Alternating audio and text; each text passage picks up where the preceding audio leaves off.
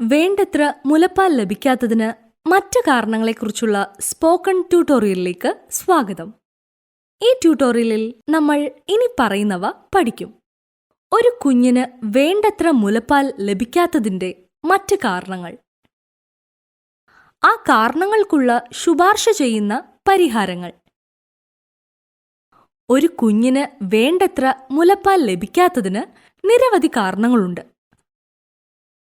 അവ 4 വിഭാഗങ്ങളായി തിരിച്ചിരിക്കുന്നു. ആദ്യ വിഭാഗം മുലയൂട്ടൽ ഘടകങ്ങളാണ്.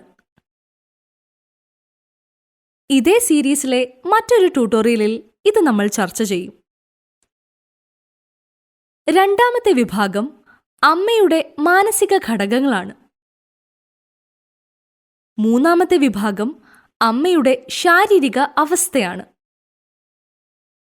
നാലാം വിഭാഗം കുഞ്ഞിന്റെ ശാരീരിക അവസ്ഥയാണ്. രണ്ടാമത്തെ കാരണങ്ങളിൽ നിന്ന് നമുക്ക് ആരംഭിക്കാം. അമ്മമാരുടെ 5 പൊതുവായ മാനസിക ഘടകങ്ങൾ നമ്മൾ ചർച്ച ചെയ്യും. ആദ്യത്തെ മനഃശാസ്ത്രപരമായ ഘടകം അമ്മയുടെ ആത്മവിശ്വാസക്കുറവാണ്. ശരിയായി മുലയൂട്ടാൻ പുതിയ അമ്മമാർ പലപ്പോഴും അവരുടെ കഴിവിനെ ചോദ്യം ചെയ്യുന്നു. മുലയൂട്ടൽ ഒരു കഴിവാണ്. ഈ വൈദഗ്ധ്യം പഠിക്കാൻ സമയമെടുക്കും. ശരിയായ മുലയൂട്ടൽ സാങ്കേതികത പഠിക്കാൻ അമ്മമാരെ ക്ഷമയോടെ നയിക്കണം. രണ്ടാമത്തെ മാനസിക ഘടകം അമ്മയുടെ ആശങ്ക അല്ലെങ്കിൽ സമ്മർദ്ദം.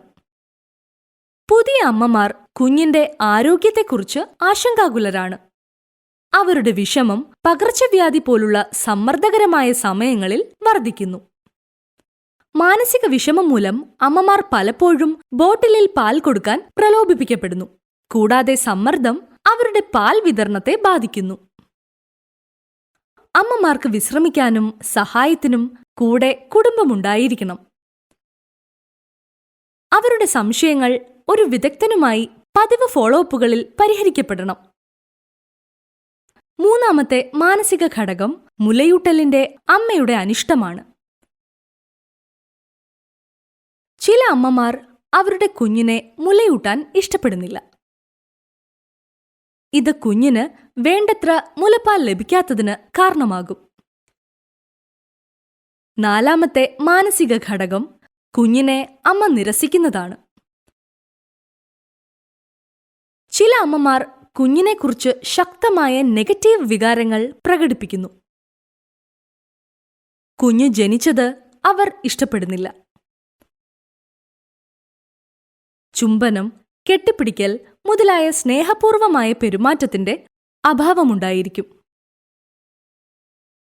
കുഞ്ഞ് അവരിൽ നിന്ന് അകന്നു പോകുമ്പോൾ അവർക്ക് സുഖം തോന്നുന്നു. അത്തരം സന്ദർഭങ്ങളിൽ അമ്മ കുഞ്ഞിനെ മുലയൂട്ടിയേക്കില്ല. അഞ്ചാമത്തെ മാനസിക ഘടകം അമ്മയുടെ ക്ഷീണമാണ്. പുതിയ അമ്മമാർ പലപ്പോഴും ഉറക്കമില്ലാത്തവരാണ്, ക്ഷീണിതരുമായിരിക്കും. ഇത് അവരുടെ മുലപ്പാൽ ഉൽപാദനത്തെ ബാധിച്ചേക്കാം. ഇത് മുലയൂട്ടൽ ആവൃത്തിയും കുറയ്ക്കാം. അടുത്തതായി മൂന്നാമത്തെ കാരണങ്ങൾ നമുക്ക് ചർച്ച ചെയ്യാം. അമ്മയുടെ ശാരീരിക അവസ്ഥയാണിത്. അമ്മ ഗർഭനിരോധന ഗുളികകൾ അല്ലെങ്കിൽ രക്തസമ്മർദ്ദത്തെ കുറയ്ക്കുന്ന ഗുളികകൾ ഉപയോഗിച്ചേക്കാം. ഇത് അവളുടെ മുലപ്പാൽ ഉൽപാദനത്തെ ബാധിക്കും. അത്തരം സന്ദർഭങ്ങളിൽ അവൾ ഡോക്ടറെ സമീപിക്കണം. മുലയൂട്ടലിനെ ബാധിക്കുന്ന മറ്റൊരു ഘടകം അമ്മയുടെ ഗർഭധാരണമാണ്. ചില അമ്മമാർ ഗർഭിണിയായിരിക്കുമ്പോൾ മുലയൂട്ടൽ നിർത്തുന്നു. ഇത് കുട്ടിക്ക് ആവശ്യത്തിന് പോഷകങ്ങൾ ലഭിക്കാതിരിക്കാൻ കാരണമായേക്കാം. ഗർഭിണിയായിരിക്കുമ്പോൾ മുലയൂട്ടൽ തുടരുന്നത് സുരക്ഷിതമാണെന്ന് അമ്മ അറിയണം. അമ്മയുടെ കടുത്ത പോഷകാഹാരക്കുറവാണ് അടുത്ത ഘടകം. അത് മുലപ്പാലിന്റെ ഘടനയെ ബാധിക്കും.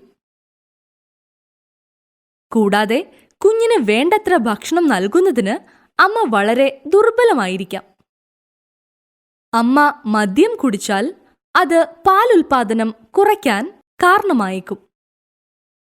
കുഞ്ഞിന് വേണ്ടത്ര മുലപ്പാൽ ലഭിച്ചേക്കില്ല.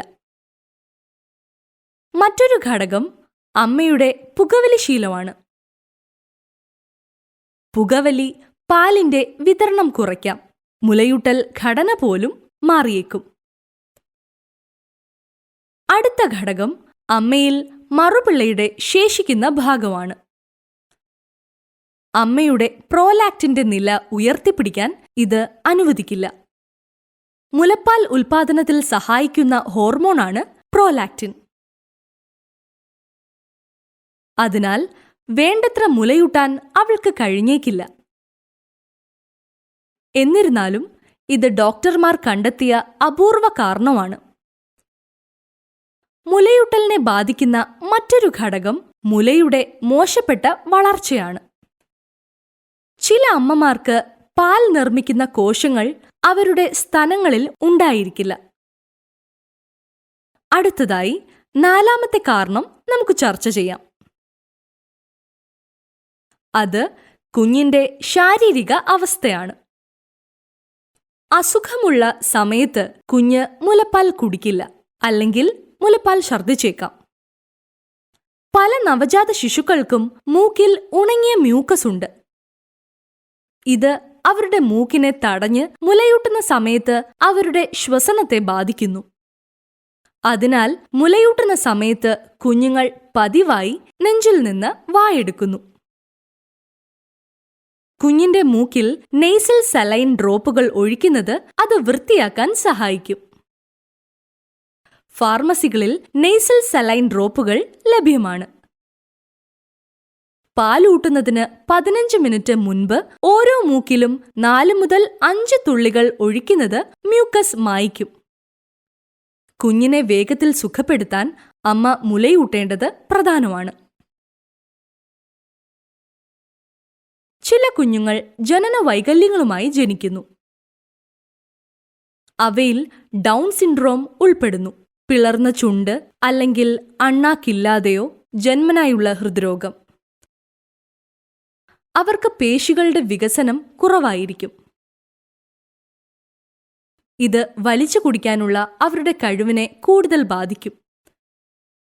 അത്തരം ജനന വൈകല്യങ്ങൾ മുലയൂട്ടാനുള്ള കഴിവിനെ ബാധിക്കും. ഒരു കുഞ്ഞിന്റെ ജനനം മുതൽ 6 മാസം വരെ അടുപ്പിച്ചുള്ള മുലയൂട്ടൽ വളരെ പ്രധാനമാണ്. ശരിയായ വളർച്ചയ്ക്ക് ഒരു കുഞ്ഞിന് എല്ലാ ദിവസവും വേണ്ടത്ര മുലപ്പാൽ നൽകണം. മുലയൂട്ടുന്ന സമയത്ത് എന്തെങ്കിലും പ്രശ്നമുണ്ടെങ്കിൽ ഉടൻ ഒരു വിദഗ്ധനെ സമീപിക്കുക. മുലയൂട്ടലിലൂടെ കുഞ്ഞിന് ആവശ്യത്തിന് പാൽ ലഭിക്കുന്നുവെന്ന് ഉറപ്പാക്കുക. ഇത് ഈ ട്യൂട്ടോറിയലിന്റെ അവസാനത്തിലേക്ക് നമ്മെ കൊണ്ടുവരുന്നു. കണ്ടതിന് നന്ദി.